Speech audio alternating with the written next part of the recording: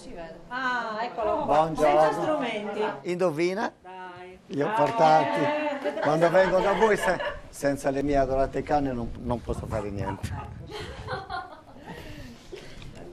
Chiedo.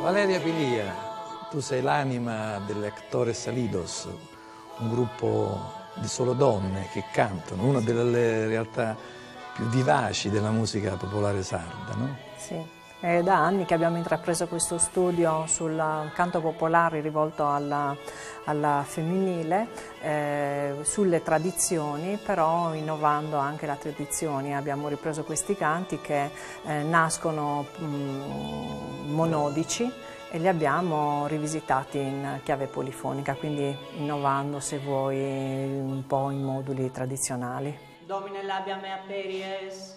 Des meritorium meam intende. Adiuvando mea festina. Gloria Patri et Filii et Spiritus Sanctus, sic ut erat in principio et nunc et semper et saecula saeculorum. Amen. Amados semper sia. Su nomen de Jesus et de Maria. Su nomen de Jesus et de Maria.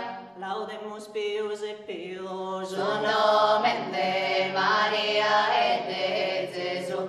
Su nomen de Maria et de Gesù. C'è molta attenzione nel vostro lavoro in Sardegna. Sì, c'è molta attenzione e anche ci sono molti giovani che ci seguono, anche nella nostra formazione ci sono delle fanciulle giovani e spaziamo così sui vari canti, accompagnandoci a volte anche con degli strumenti che non sono proprio esattamente strumenti, ma sono anche arnesi di lavoro, come facevano le donne per accompagnare il loro canto, insomma, con ritmo di lavoro.